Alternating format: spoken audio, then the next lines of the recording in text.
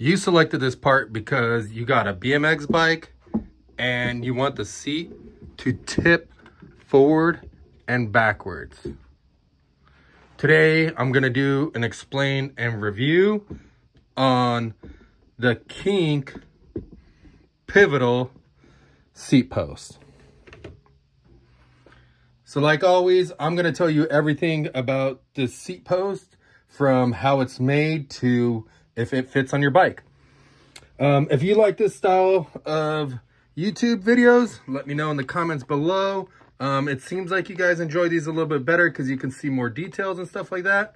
But I just want your feedback to know if I should keep doing them this way or if I should be doing them another way. All right, so you got a BMX bike and you want to know if this fits on your bike. And you've heard that this seat helps, or the seat post helps your seat tilt forward and backwards.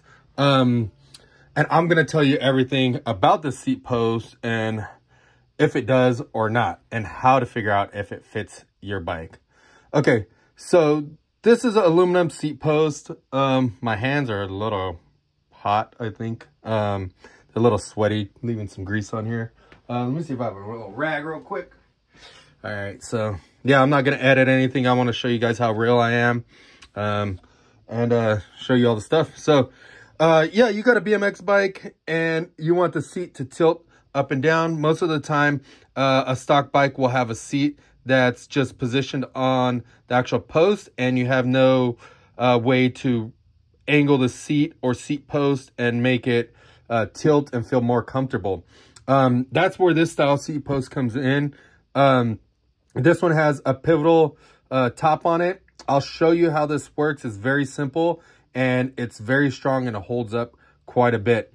First off, this is an aluminum seat post. This is a high quality aluminum seat post.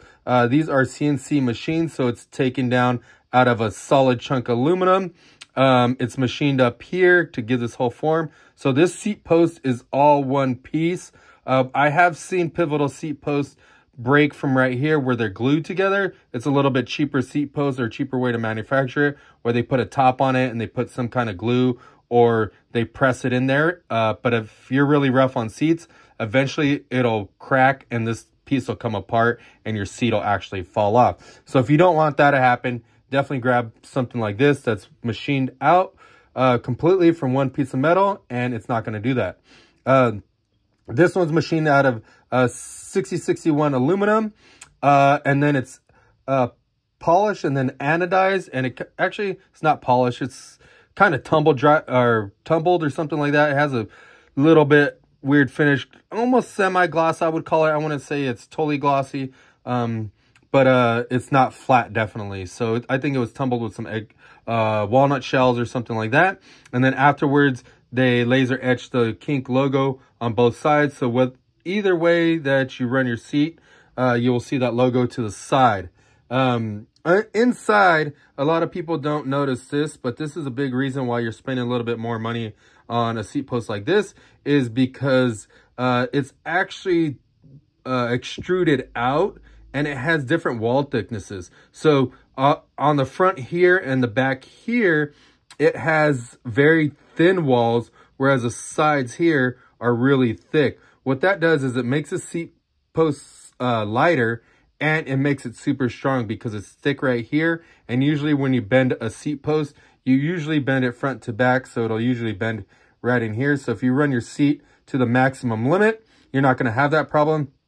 On the maximum limit, you do not want to see this marking right here. You want this to be below the seat clamp and below the actual tube of the frame.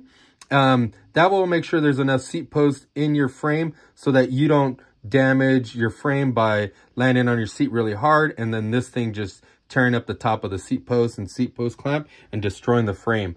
So I hope that helps you out.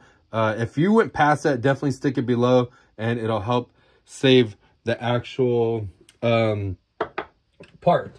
Going to the top of it, now I'm going to show you how this pivotal style works.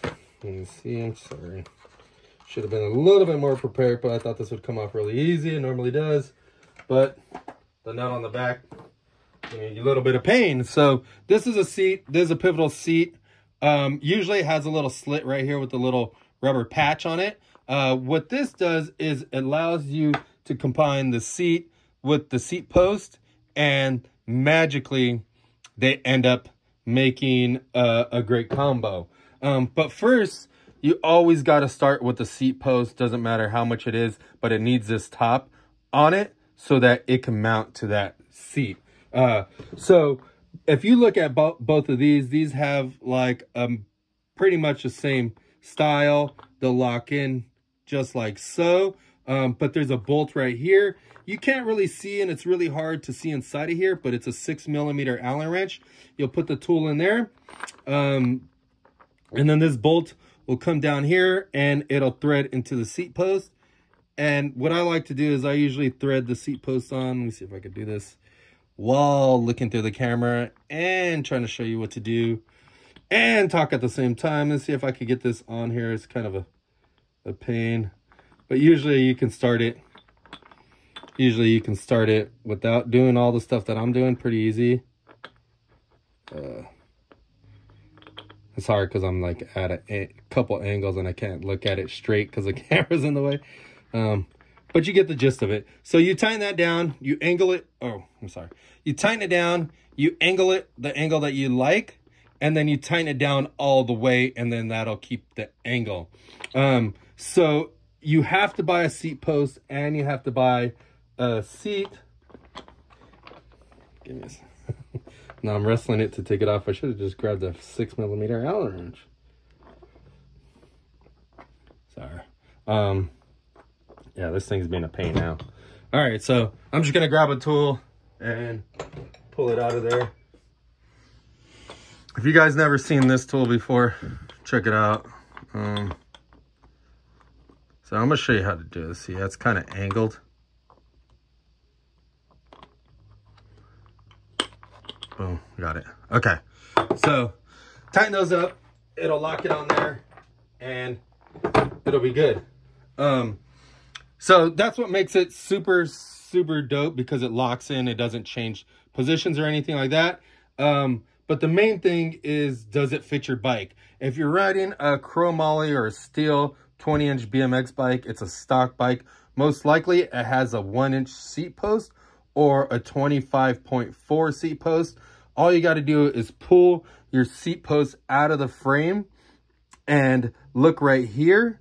It's going to have this little 25.4, and it's going to have this little 0 with the slash around it.